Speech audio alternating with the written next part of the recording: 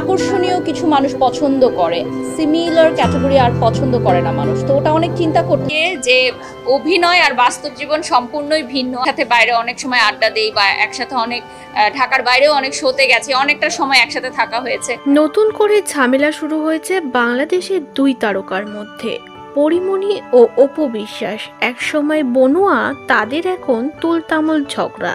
এই নিয়েই গরম সোশ্যাল মিডিয়া। কিছুদিন আগে টনি ও বারিশা হককে নিয়ে ছিল সোশ্যাল মিডিয়ার শিরোনাম, তবে সে চ্যাপ্টার ক্লোজ হয়ে এখন নতুন চ্যাপ্টার শুরু হয়েছে।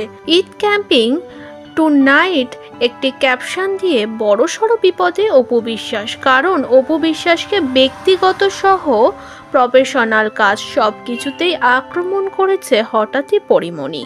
এ বিষয়ে মুখ খোলেননি অপু বিশ্বাস, তবে আশেপাশে নানান কানাঘুষো নানান ব্যক্তিরা মতামত জানিয়েছে।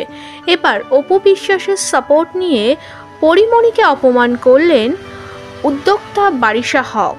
বারিশা হক বলেন, পরিমণি নিজে ভাইরাল হওয়ার জন্য কারোর একটা কিছু বলতে হবে সেটাই বলছেন।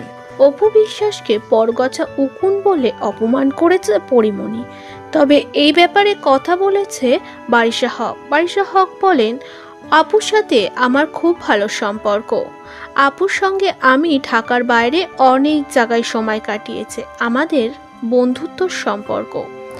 পরিমণি যেটা করছে এমন কিছু বলতে হবে যা করতে হবে নিজেকে ভাইরাল করে তোলা যায়, দর্শক দেখবে, তাতে আরও কাজ পাবে পরিমণি।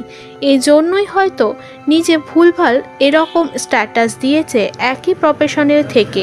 বারিশা হক আরও বলেন, আমি ব্যক্তিগতভাবে মনে করি একই জায়গায় যখন সবাই কাজ করছে, এভাবে একজন আর একজনকে হেনস্থা না করে সকলে সুন্দরভাবে কাজ করুক, তাতে দিন শেষে সাফল্য সবারই আসবে, ইন্ডাস্ট্রি আরও বড় হবে।